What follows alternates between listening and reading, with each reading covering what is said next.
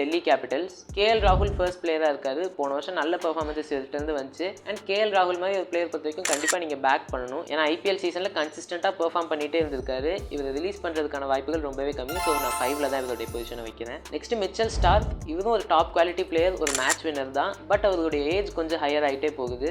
So price tackle அந்தளவு இவர் spend பண்ணி எடுக்கணுமா இல்லை ரிலீஸ் பண்ணிட்டு திரும்பவும் பைபேக் பண்ணுமா அப்படிங்கிற ஒரு யோசிக்க வாய்ப்பு இருக்குது. ஏன்னா டெல்லியோட டீம்ஸில் ஏற்கனவே நிறையா ஹோல்ஸ் இருக்குது. இது ரிலீஸ் பண்ணாங்கன்னா 2 குவாலிட்டி பிளேயர்ஸ் கூட வாங்குறதுக்கான சான்சஸ் இருக்குது. ஸோ என்னை பொறுத்த வரைக்கும் இப்போதைக்கு 50-50 தான். அண்ட் ரபாடாக் சொன்ன மாதிரி ஓவர்சீஸ் ஃபாஸ்ட் பவுலர் அப்படிங்கிறது ஈஸியாக ரீப்ளேஸ் பண்ணக்கூடிய ஒரு பொசிஷன். ஸோ இதோடைய ரேட்டிங் இப்போதைக்கு 3. நெக்ஸ்ட் நட்ராஜன் இருக்காரு. இவர் ஒரு ஹை ப்ரைஸ் கொடுத்து தான் ஆக்ஷனில் வாங்கினாங்க. பட் ஆனாலுமே அந்த டீமோட எந்த பிளான்ஸ்லையுமே அவர் இருந்த மாதிரி தெரியல. நிறையா மேட்சஸ் விளையாடவும் இல்லை. அண்ட் இன்ஜுரிஸும் அவர் ஹெல்ப் பண்ணல. ஸோ அதனாலே நிறைய மேட்சஸ் பெஞ்சில் இருந்தார். இதே மாதிரி நெக்ஸ்ட் சீசனும் பெஞ்சில் தான் வைக்க போகிறாங்க அப்படின்னா மோஸ்ட்லி அவர் ரிலீஸ் பண்ணிடுவாங்கன்னு தான் நினைக்கிறேன். ஸோ என்னோட ரேட்டிங் 2. நெக்ஸ்ட் சன்ரைசர்ஸ் ஹைதராபாடை பார்ப்போம். சன்ரைசர்ஸ் ஹைதராபாத் ஒரு டெலிகேட்டான பொசிஷனில் இருக்காங்க. ஏன்னா ஆன் பேப்பர் அவங்களோட டீம் ரொம்பவே நல்லா இருந்துச்சு. பட் பெர்ஃபார்மன்ஸஸாக அது டிரான்ஸ்லேட் ஆகல. இப்போ கூட நீங்கள் அவங்க டீம் எடுத்து பார்த்தீங்கன்னா பெருசாக எந்த பிரச்சனைகளும் இருக்காது. ஆனால் ஏன் அவங்க பெர்ஃபார்ம் பண்ணல அப்படிங்கிறதுக்கு நிறைய ஆன்ஃபீல்ட் ரீசன்ஸ் தான் இருக்குது. இப்போ எப்படி ஆக்ஷனில் அவங்களோட டீமை பில்ட் பண்ணும் அப்படிங்கிறது ரொம்பவே க்ரூஷியலான ஒரு கேள்வியாக இருக்கும். இதுக்கு முகமது ஷமியை மோஸ்ட்லி ரிலீஸ் பண்ணிடுவாங்க. ஏன்னா அவருடைய ப்ரைஸ் டேக்காக இருக்கட்டும், அவருடைய லாஸ்ட் இயரில் இருந்த பெர்ஃபார்மன்ஸஸாக இருக்கட்டும், அண்ட் அவருடைய ப்ரைம் முடிஞ்சு இப்போ பெருசாக அவர் ரெகுலராக மேட்சஸ் விளையாடாததாக இருக்கட்டும்,